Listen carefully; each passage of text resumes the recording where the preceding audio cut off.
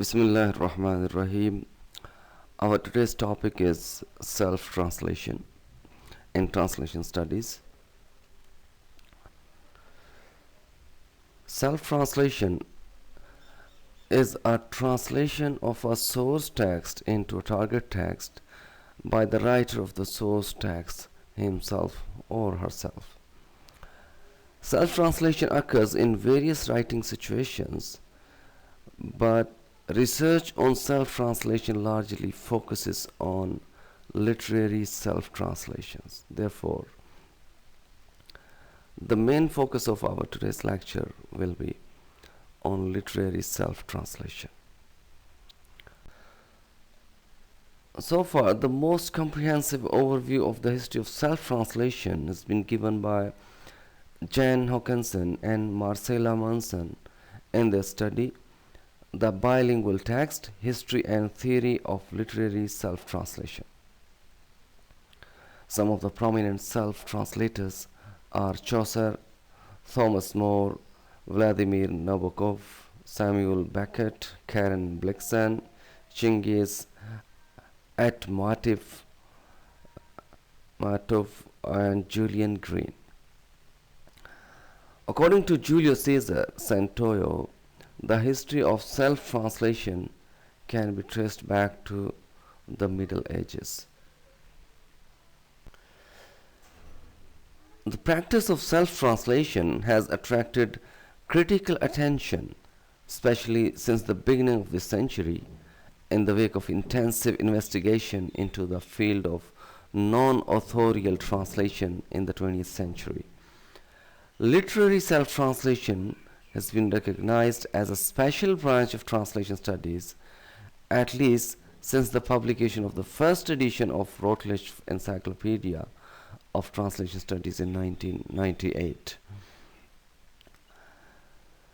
Within the study of translation, literary self-translation has been one of the most neglected practices.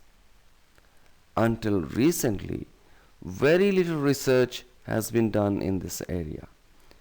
Many studies focus on single authors, most of them on Samuel Beckett. And it is the research topics that are reasons for self-translation, the methods of self-translation, and the textual relation between both texts, the source and the target. The occurrence of self-translation may result either from a regular activity of the author or from merely a sporadic experience, an experience that occurs occasionally, not regular, and that may be due to a variety of reasons.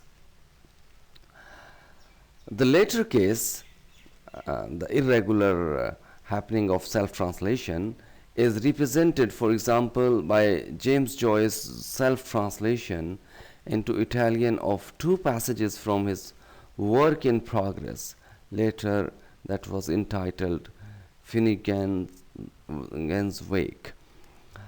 Other relevant cases are the self-translations of Stephen George and Rainer Maria Rilke. What's the source language and target language in the process of self-translation? So it can be anything. The mother tongue can be a source language, or an acquired tongue can be a source language in this process. And same is the case, the mother tongue can serve as a target language, as well as acquired language can also serve as a target language in the process of self-translation. So acquired language can be the source language. For example, it is represented by a few Belgian poets of the period between the two world wars, among them Roger Evermate and Camille Meloy, who self-translated their text into Flemish shortly after completing the originals in the acquired yet fully mastered French language. Self-translation may occur either sometime after the original has been completed or during the process of creation, so that the two versions develop almost simultaneously and they definitely influence each other. These two types are sometimes referred to as consecutive self translation and simultaneous self translation. Self translation may even involve more than one target language, whether native or acquired. This is the case with authors like Fausto Serignani, Alejandro Saravia, and Luigi Donato Ventura. So these are some non-English names. And now let's see some of the factors that encourage self-translation. First, the elitarian character of a specific language. A language that is considered as elite language has higher social status in some society, in some region.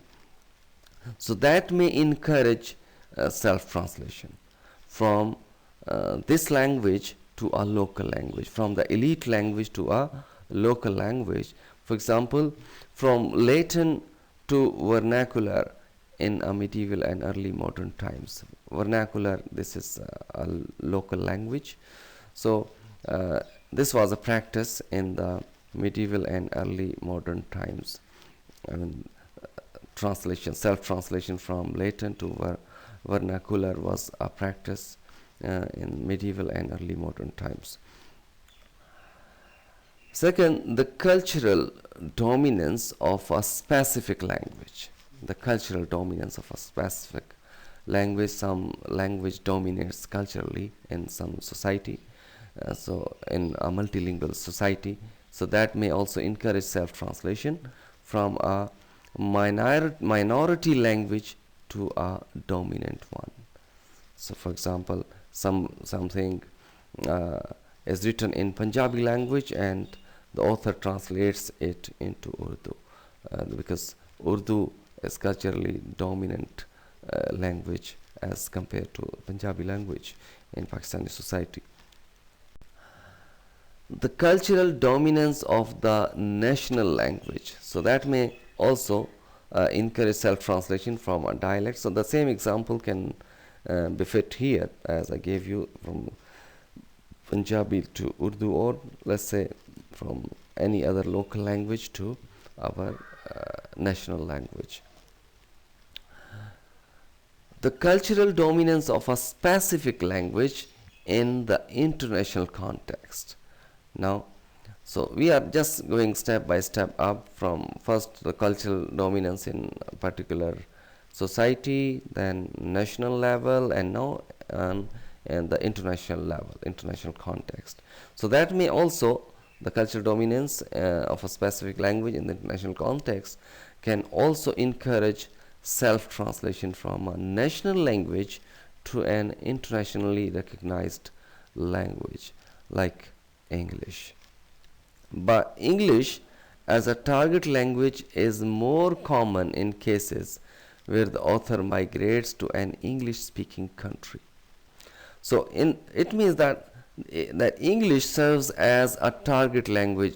So it's more common practice that texts are translated into English from other languages, where authors migrate to an English-speaking country. So they migrate to English-speaking country, they write books in their national languages or in their local languages, and then they translate those books into English language. Perfect or almost perfect bilingualism. So this may also encourage self-translation in either direction, irrespective of market-related considerations. If some authors are perfectly bilinguals, okay, they have strong command over two languages, okay, and they are perfect or almost perfect bilingualism. So maybe to show their caliber, that's to show their proficiency in both the languages, they they, they self-translate their books or their work into two languages. So this can be the bilingual element can also be a motive for self-translation.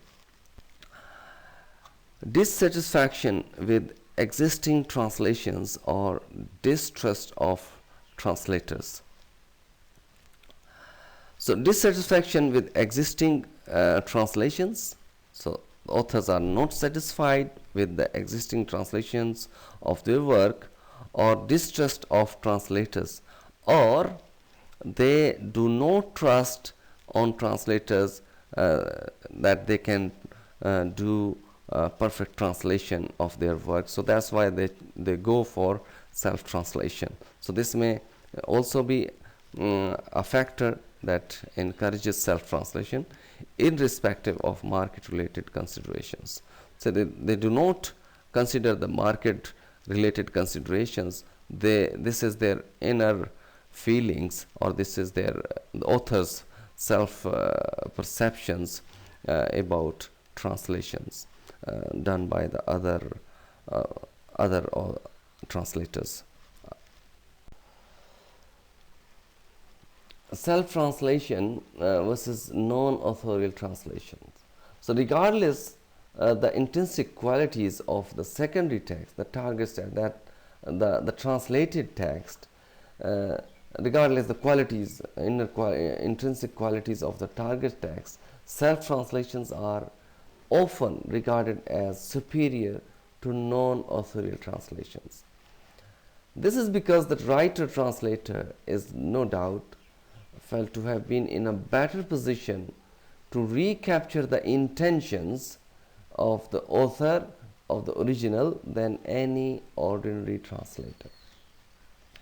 If not based on the intrinsic qualities of the secondary text, arguments against self-translation may reflect specific socio-cultural considerations or a desire to criticize dubious or doubtful editorial practices in the market. Thank you very much. Here we have the assignment. You will write about minimum, it should be 1500 words, and write a comprehensive note on self-translation. In this note you will include the following points: introduction, history, types of self-translation, factors that encourage self-translation, self-translation versus non-authorial translation, and you will of course conclude your discussion. Here, you need a little bit research on this topic. The topic is quite interesting and material is easily available on this topic. I hope you will form a very good assignment around this topic. Very much, and see you soon in the next lecture. Assalamu alaikum warahmatullahi wabarakatuh.